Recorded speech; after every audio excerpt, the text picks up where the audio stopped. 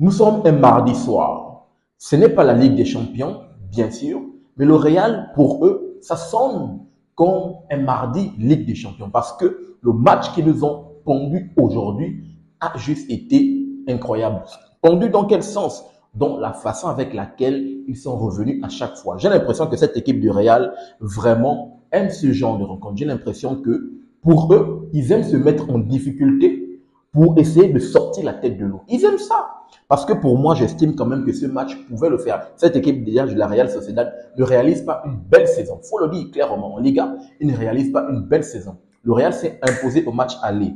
Du côté de la Real Sociedad, 1-0, c'est un but d'Hendrick. Aujourd'hui, Hendrick a été titulaire. Il était préféré à la place de Kylian Mbappé, que Carlo Ancelotti a préféré le qui se repose. Et Hendrick a répondu présent. Il a pesé sur le front de l'attaque. Mais une fois de plus, comme je le dis, cette équipe du Real, vraiment, elle aime ça. Parce que le match, vous pouvez vous rendre le match facile. Mais non, le Real veut toujours, voilà, ils aiment ça, ils aiment cette adrénaline-là. J'ai l'impression qu'ils ont besoin de ça pour bien finir la saison. Donc, aujourd'hui, pour ce match retour, le Real recevait au Santiago Bernabéu cette équipe de la Real Sociedad et les deux équipes se sont neutralisées 4 buts partout. Le Real se qualifie, bien sûr. Pourquoi? Parce qu'au match aller, comme je l'ai dit tantôt, il s'était imposé. Donc, le match commence très bien. Bien sûr, le Real, quand même, les deux équipes essaient de se donner coup pour coup. Et le Real va se faire surprendre. Vraiment, il faut taper sur cette défense madrilène parce que, ok, on va mettre Asensio, on va mettre Alaba, on va mettre Rudiger, mais les gars se font toujours prendre dans les transitions offensives. Cette équipe du Real défend très mal.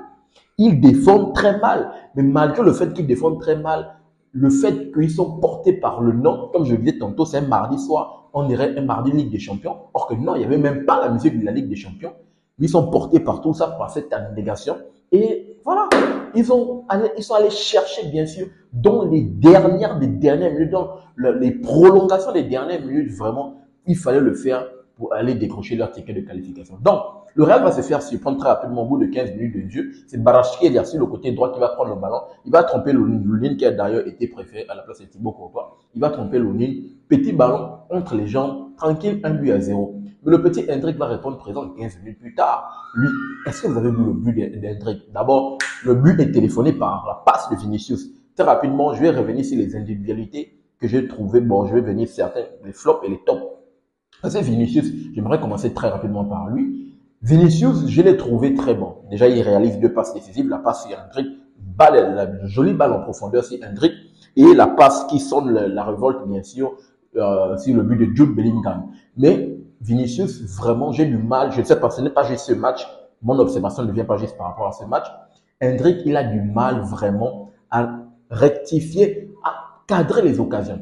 Oui, il arrive à faire des différences. On connaît les dribbles, la vista. Il arrive à faire des différences. Il arrive à faire des fulgurances sur son côté. Il n'y a pas de souci. Il arrive même à délivrer des passes décisives qu'on a pu le voir. Double passes décisives dans ce match. Mais il a du mal à concrétiser les occasions. Lui, d'ailleurs, on se rappelle bien, Ballon d'Or, on va dire volé de la part de Rodrigo, d'après ce qui s'est dit. Volé, le Real a crié au scandale. Mais vraiment, lui qui avait dit juste au sortir de là, il avait dit que il devait faire 2 fois, 1000 fois plus, mais nous sommes quasiment déjà dans la dernière ligne droite là, mais dans les matchs vraiment importants, on va voir la Ligue des Champions comment il va répondre. Jusqu'à présent, même dans le match face à l'Atlético de Madrid, vraiment, il a du mal à concrétiser les occasions. C'est vraiment difficile, mais je pense qu'actuellement, c'est ce qui trempe un peu. Je ne sais pas qu'est-ce qui se passe dans sa tête. C'est vraiment la capacité à vraiment concrétiser les occasions. On a même pu le voir dans le penalty parce qu'il y a eu même un penalty, on se rappelle bien le penalty où il a envoyé le ballon dans les panneaux. Vraiment, c'est difficile pour Vinicius de concrétiser, mais dans le dribble, dans la vista, il répond toujours présent. Hendrick, top performance de sa passe. Est-ce que vous avez vu le but d'Hendrick, les gars? Passe téléphonée de la part de Vinicius. Hendrick qui prend le ballon, le jeu. Je me suis levé quand j'ai vu ce but magnifique. J'ai applaudi le petit Lebron. Il tape, il a même eu. Il a même fait un retourné acrobatique. Mais le petit là, il est juste insolent. C'est un petit insolent sur le front de l'attaque. Je pense que le Real va vraiment compter sur ce petit qui montre de belles choses. Vraiment, le peu de minutes qu'il a, il essaie de rendre ça.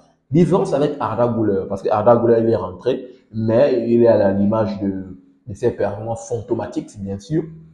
Donc, différent de Arda Güler, lui, le peu de minutes qu'il a entendu, le peu de minutes, il essaie de les concrétiser et de faire de belles choses. Mais avec la hiérarchie, bien sûr, malheureusement, il ne peut rien faire devant Kylian Mbappé. Donc, il va revenir, bien sûr. Donc, le Real rentre en première période dans les vestiaires avec un score de parité, un but partout.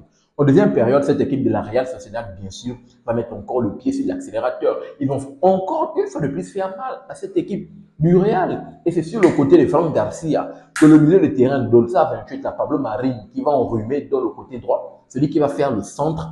Et malheureusement, David Alaba, lui qui était titulaire, malheureux, il va contrôler le ballon contre son camp. Et Mikel Oyarzabal va venir encore alourdir la marque. Vraiment, ça a été difficile pour cette équipe du Real qui, je pense que vraiment, la défense est aux abois. Cette défense est aux abois, cette défense vraiment fait peur, mais de l'autre côté, avec le poids, le maillot, le poids de cette équipe, ils arrivent toujours à sortir la tête de l'eau. Et c'est passé par Vinicius sur le côté droit, comme d'habitude, comme je l'ai dit tantôt, il arrive à faire des fulgurances, passe Jude Bellingham qui vient, qui sonne la révolte. Mbappé est rentré en deuxième période, mais j'ai trouvé Mbappé fantomatique. Je n'ai pas trouvé bon. Le peu d'occasions qu'il a eu, il n'a pas su les concrétiser. Les ballons, non, la plupart des ballons qu'il a même frappés n'ont pas été cadrés. Donc, bien sûr, il est rentré dans un match quand même assez difficile. Et puis, cette équipe de la Real Sociedad, malheureusement, pouvait le faire. À chaque fois, lorsqu'ils ont même mené de 3 buts à 1, ils pouvaient le faire, même lorsque le Real est revenu. Parce que après le 3 buts à 2, cette équipe du Real va revenir. C'est une tête de qui? C'est une tête il s'appelle comment? Eduardo Camavinga, de Tchouaméni. La tête de Tchouaméni m'a vraiment rappelé Sergio Ramos. La façon avec laquelle il est monté, il a mis une belle tête, mais le ballon, il n'a pas mis la tête dans les côtés. La tête était pleine axe sur le gardien. Malheureusement, on va dire que c'est la seule action où le gardien va se manquer. Ce gardien de la Real Sociedad, parce qu'il a réalisé des arrêts assez importants. Ici, malheureusement, il va se manquer, il ne va pas pouvoir rejeter le ballon. Il s'est un peu emballé les pinceaux. Et voilà, cette équipe va revenir en 3 buts partout. Donc, avec 3 buts partout, bien sûr, le Real est en train de se diriger vers la qualification parce qu'ils avaient l'avantage au match aller. Et vu que le Real se dirige vers la qualification, la Real Sociedad en veut plus. Ils veulent plus. Et c'est dans le temps additionnel que Mikel Oyarzabal, lui que j'avais tiré au match aller parce que il y a lui, il avait raté. Il y a Take Kubo, il avait raté. Il y a Baratskhelia, ils avaient raté. Mais au moins dans ce match, ils ont su rectifier le tir et concrétiser au moins ces occasions. Donc, lui qui va inscrire ce doublé, vraiment, qui va donner de l'air, qui va permettre à ce que les équipes aillent en prolongation. Et nous, supporters du Barça, on est preneurs parce que, oui, ça fait il y a 2 prolongations que cette équipe du Real est en train de faire. Donc, ils vont tirer la langue, il n'y a pas de souci. Allez-y, nous, on est preneurs. Prolongation qu'ils ont fait en Ligue des Champions à l'Atlético de Madrid. Prolongation, une fois de plus, qu'ils sont en train de faire là. Il n'y a pas de souci. Nous, allez-y en prolongation, il n'y a pas de souci. Nous, on est preneurs du moment où, lorsqu'on va s'affronter en classico ou bien lorsque vous avez joué la Ligue des Champions, peut-être avec le coffre là, ça va un peu tirer la langue. Donc, on arrive dans des prolongations et Rudiger, lui qui n'a pas été titulaire, qui va faire son entrée, c'est lui qui va venir mettre cette tête rageuse, qui va arracher le match nul, bien sûr. Les deux équipes se neutralisent et bien évidemment, le score va finir 5 buts à 4, score cumulé entre les deux. Donc, avec cette victoire, le Real se hisse bien sûr pour la finale et va affronter demain l'Atlético de Madrid ou le FC Barcelone. Choc! Assez important les gars, on est prêts, on est prêts. J'ai fait une vidéo qui vous invite à aller la regarder si ce n'est pas encore fait.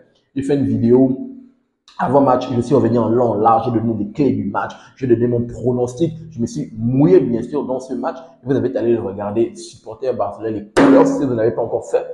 Donc, on va voir ce que ça va donner, un match hyper important. J'espère que le Barça va pouvoir éclater cette équipe de l'Atlético de Madrid parce qu'il faut le faire. On a jusqu'à présent joué 3 matchs face à l'Atlético. Ils nous ont tapé chez nous, le hold-up, 2 buts à 1.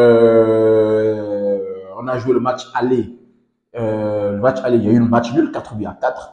Le dernier match avant la trêve internationale, on est parti taper chez eux 4 buts à 2. Même si là, on va dire qu'ils sortaient du match entre le derby madrilène et tout, ils étaient fatigués, ils avaient fait 120 minutes, mais nous on s'en fout, c'était les 3 points les plus importants. Donc, là, c'est un match assez décisif. Nous sommes dans la saison, il faut montrer que on est supérieur. Pour le moment, c'est match nul. Pour le moment, c'est une victoire, match nul. Il faut les carottes doivent être cuites. On tape sérieusement en 82 minutes, pas des prolongations les gars. Non, pas les prolongations. En 82 minutes, je veux une équipe assez sérieuse. Oui, l'Atlético de Madrid joue fort. Je veux une équipe assez sérieuse. On peut le faire. On a montré qu'on peut le faire au Wanda Metropolitano. On va le faire. Il faut faire attention parce que cette équipe, Sorlotte là, je ne veux plus qu'il marque. Je ne veux plus que ce soit l'autre match. Je vous attends, les gars. Et bien sûr, on sera là pour débriefer. Donc, le Real s'impose. Vous allez me donner votre retour dans les commentaires par rapport aux performances de cette équipe madrilène. Vous me donnez vos tops et vos flops. Et rassurez-vous, je vais vous lire. N'oubliez pas de vous abonner, de liker et surtout activer la cloche de notification pour ne manquer aucune de mes sorties. Peace. À très bientôt, les gars.